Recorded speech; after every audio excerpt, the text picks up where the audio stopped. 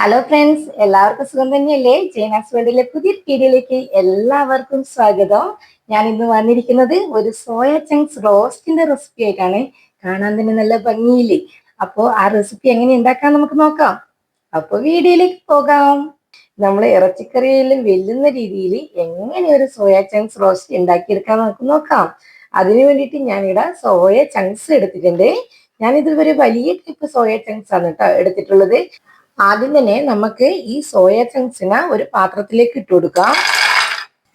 അതിലേക്ക് നമുക്ക് ആവശ്യത്തിന് ഉപ്പ് ചേർത്ത് കൊടുക്കാം. ഞാനിവിടെ ഒരു പാത്രത്തില് കുറച്ച് വെള്ളം തിളപ്പിച്ച് വെച്ചിട്ടുണ്ട്. ആ തിളച്ച വെള്ളം നമുക്കിനി ഈ സോയ ചങ്ക്സിലേക്ക് ഒഴിച്ചു കൊടുക്കാം. ഇതൊരു 1/4 മണിക്കൂർ സമയം നമുക്ക് ഇങ്ങനെ അടച്ചു വയ്ക്കാം. അത് തണുത്തതിന് ശേഷം നന്നായിട്ട് പിഴിഞ്ഞ് കളഞ്ഞ് 1-2 വെള്ളത്തിൽ ഇത് കഴുകിയെടുത്ത് നന്നായിട്ട് പിഴിഞ്ഞെടുക്കണം. അപ്പോൾ അതുവരെ നമുക്ക് വെയിറ്റ് ചെയ്യാം. അപ്പൊ നമ്മൾ നേരത്തെ വെള്ളത്തിൽ കുതിർത്ത് വെച്ച സോയ ചങ്ക്സ് നന്നായിട്ട് കഴുകി വെള്ളമെല്ലാം ഇങ്ങനെ പിഴിഞ്ഞെടുത്തിട്ടുണ്ട് കേട്ടോ. അതിന്റെ സൈസ് എല്ലാം ഡബിളായി മാറിയിട്ടുണ്ട്. ഇത് വലിയ സോയ ചങ്ക്സ് എടുക്കുമ്പോൾ കാണാനും ഉണ്ടാക്കിയ റെസിപ്പി കാണാനും നല്ല ഭംഗിയായിരിക്കും. നല്ല ടേസ്റ്റ് കൂടുതലും എനിക്ക് തോന്നലുണ്ട് കേട്ടോ ചെറുതിനെക്കാട്ടി. അപ്പോൾ എടുക്കുന്ന സമയത്ത് നിങ്ങൾ വലിയ സോയ ചങ്ക്സ് തന്നെ എടുത്തു കേട്ടോ. നമ്മൾ ചൂടുവെള്ളത്തിലിട്ടിട്ട് ഇത് പിഴിഞ്ഞെടുക്കുന്ന സമയത്ത് ഒരു ലൈറ്റ് യെല്ലോ കളറുള്ള ഒരു വെള്ളമായിട്ട് വരിക. അപ്പൊ അത് നന്നായിട്ട് പിഴിഞ്ഞ് കളഞ്ഞിട്ടില്ലെങ്കിൽ നമുക്ക് ഇത് റോസ്റ്റ് ആക്കി എടുക്കുമ്പോൾ കറി വെക്കുമ്പോഴായാലും ടേസ്റ്റ് ഉണ്ടാവില്ല കേട്ടോ. ടേസ്റ്റ് കുറവായിരിക്കും. അപ്പോൾ ഇങ്ങനെ പിഴിഞ്ഞെടുത്തിട്ട് തന്നെ നിങ്ങൾ ചെയ്യണം. അപ്പോൾ നമുക്ക് ആദ്യം തന്നെ ഇതിലേക്ക് മസാല ഇട്ട് കൊടുക്കാം. നമ്മൾ ചെറുതായിട്ടൊരു മസാല എല്ലാം കൊടുത്ത് ഷാലോ ഫ്രൈ ചെയ്തെടുത്താൽ ഈ റോസ്റ്റിന് ടേസ്റ്റ് കൂടും കേട്ടോ. അതുകൊണ്ടാണ് നിങ്ങൾക്ക് മസാല ചേർത്ത് ഫ്രൈ ചെയ്ത് എടുക്കുന്നില്ലെങ്കിൽ നോർമലായിട്ട് റോസ്റ്റ് ചെയ്ത് എടുത്താൽ മതി. ആ ഫ്രൈയിങ്ങിന്റെ പോർഷൻ നിങ്ങൾക്ക് കട്ട് ചെയ്യാം. അപ്പോൾ ഞാനിവിടെ ഏതായാലും ഷാലോ ഫ്രൈ ചെയ്ത് എടുക്കുന്നുണ്ട്. അതിന് വേണ്ടിയിട്ട് ഒരു 1/2 ടീസ്പൂൺ മുളക് പൊടി ഇട്ട് കൊടുക്കുന്നുണ്ട്. ഒരു 1/4 ടീസ്പൂൺ മഞ്ഞൾപ്പൊടി ചേർത്ത് കൊടുക്കുന്നുണ്ട്. ഇതിലേക്ക് ആവശ്യത്തിനുള്ള ഉപ്പും കൂടി ചേർത്ത് കൊടുക്കുക.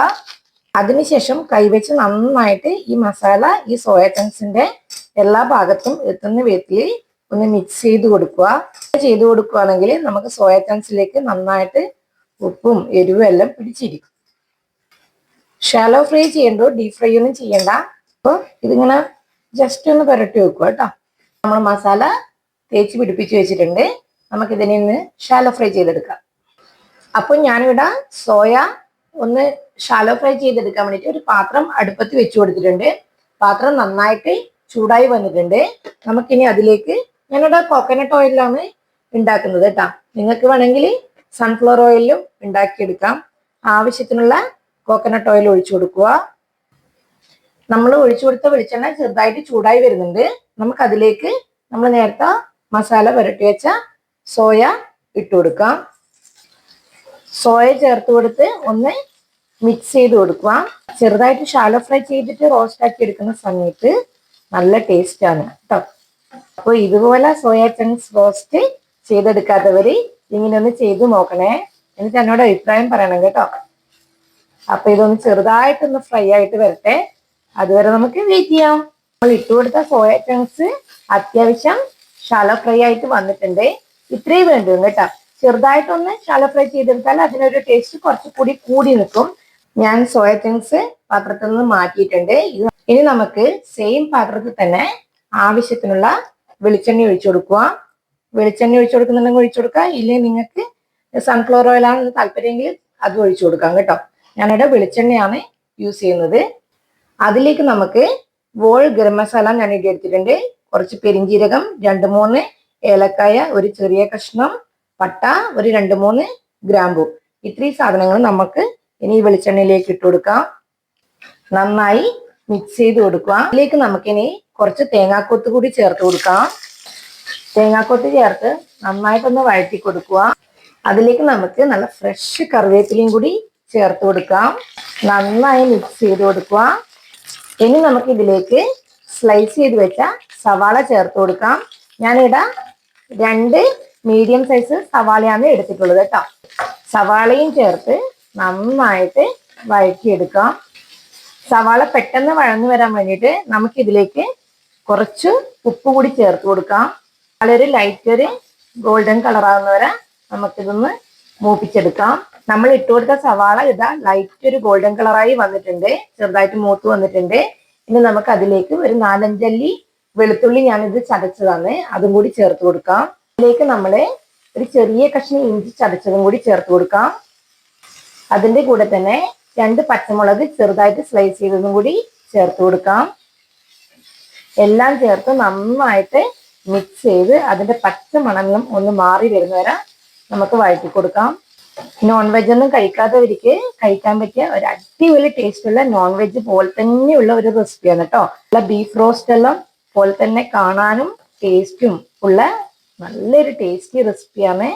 ട്രൈ ചെയ്യാത്തവര് എന്തായാലും ട്രൈ ചെയ്ത് നോക്കണേ. എന്നിട്ട് എന്നോട് ഫീഡ്ബാക്ക് പറയും വേണം കേട്ടോ.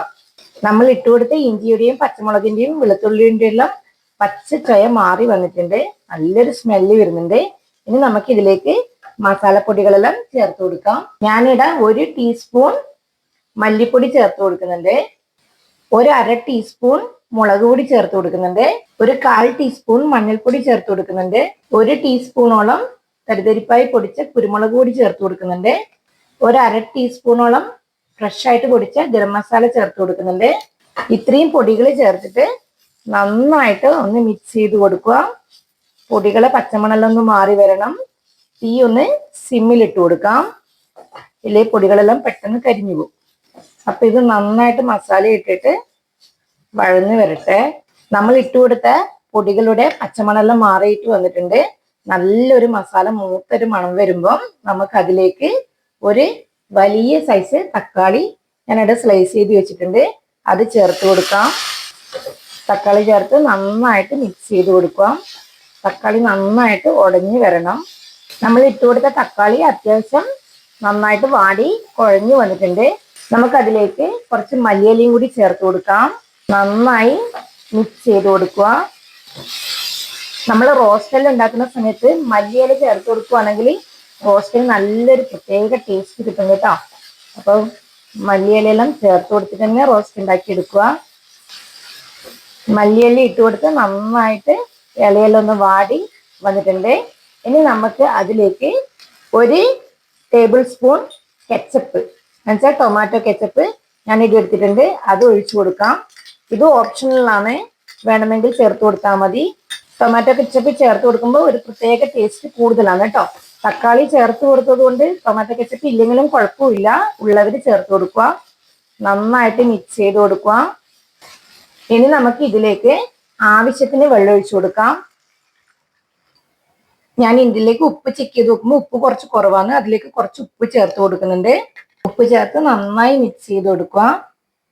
ഇനി നമുക്ക് നമ്മൾ നേരത്തെ ഷാലോ ഫ്രൈ ചെയ്ത് വെച്ച സോയ ചങ്ക്സ് ഉണ്ടല്ലോ, അത് നമുക്ക് ഈ ഗ്രേവിയിലേക്ക് ചേർത്ത് കൊടുക്കാം. ഇതിന് നന്നായിട്ട് തിളച്ച് ചാറെല്ലാം കുറുകി വരുന്ന വരെ നമുക്ക് വെയിറ്റ് ചെയ്യണം. നമ്മളെ സോയ ചങ്ക്സ് ഒരു 5 മിനിറ്റ് കൊണ്ട് വെന്ത് വരും കേട്ടോ. അപ്പൊ നമുക്കിതിനെ ഒരു മൂടി വെച്ചിട്ട് അടച്ചു വെച്ച് വേവിച്ചു കൊടുക്കാം. അതുവരെ നമുക്ക് വെയിറ്റ് ചെയ്യാം. അപ്പൊ നമ്മളെ സോയ ചങ്ക്സ് റോസ്റ്റ് വെള്ളമെല്ലാം വറ്റി നന്നായിട്ട് വന്നിട്ടുണ്ട്, കണ്ടോ? അടിപൊളിയല്ലേ? ആ ഗ്രേവിയെല്ലാം നല്ല തിക്കായിട്ട് വന്നിട്ടുണ്ട്. ഞാൻ 1-2 പ്രാവശ്യം തുറന്നിട്ട് ഒന്ന് ഇളക്കി കൊടുത്തായിരുന്നു കേട്ടോ. കണ്ട, കാണുമ്പോ ഒരു ബീഫ് കറിയെല്ലാം പോലെ തന്നെ ഇല്ലേ? ഞാനൊരു ഈ ഒരു ടൈപ്പിലാണ് എടുക്കുന്നത്. നിങ്ങൾക്ക് കുറച്ചും കൂടി ഗ്രേവി വേണമെങ്കിൽ കുറച്ച് വെള്ളം ഒഴിച്ചു കൊടുത്താൽ മതി, അല്ലെങ്കിൽ ഇതിനും കുറച്ച് മുന്നേ ആയിട്ട് വാങ്ങിയെടുത്താൽ മതി കേട്ടോ. ഞാൻ 1-2 പ്രാവശ്യം ഇത് മിക്സ് ചെയ്ത് കൊടുത്തിട്ടാണ്, ഇടക്കിടക്ക് ഒന്ന് മിക്സ് ചെയ്ത് കൊടുക്കണേ. അപ്പൊ ഇതാ നമ്മളെ സോയ ചങ്ക്സ് റോസ്റ്റ് ഇവിടെ റെഡി ആയിട്ടുണ്ട്.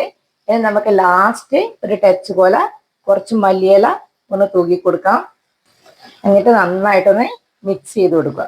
ആഹാ, എന്താ രസം! നിങ്ങൾ ഈ ഉപ്പ് എരിവെല്ലാം ഒന്ന് ചെക്ക് ചെയ്ത് നോക്കണേ, എന്തെങ്കിലും കുറവുണ്ടെങ്കിൽ ചേർത്ത് കൊടുക്കാൻ മറക്കരുത്. അപ്പോ നമ്മളെ സോയ ചങ്ക്സ് റോസ്റ്റ് ഇവിടെ റെഡി ആയിട്ടുണ്ട്. കാണാനും ഭംഗിയാണ്, നല്ല ടേസ്റ്റുമാണ്. കണ്ടോ? എല്ലാവർക്കും കാണുമ്പോൾ കൊതിയാകുന്നില്ലേ? അപ്പോൾ ഒരിക്കലെങ്കിലും നിങ്ങൾ ഈ റെസിപ്പി ഒന്ന് ട്രൈ ചെയ്ത് നോക്കണേ. എന്നിട്ട് ഫീഡ്ബാക്ക് എന്നോട് പറയുകയും വേണം കേട്ടോ. അപ്പൊ നമ്മളെ സോയ ചങ്ക്സ് റോസ്റ്റ് ഇവിടെ റെഡി ആയിട്ടുണ്ട്. എങ്ങനെയുണ്ട് കാണാൻ? അടിപൊളിയല്ലേ?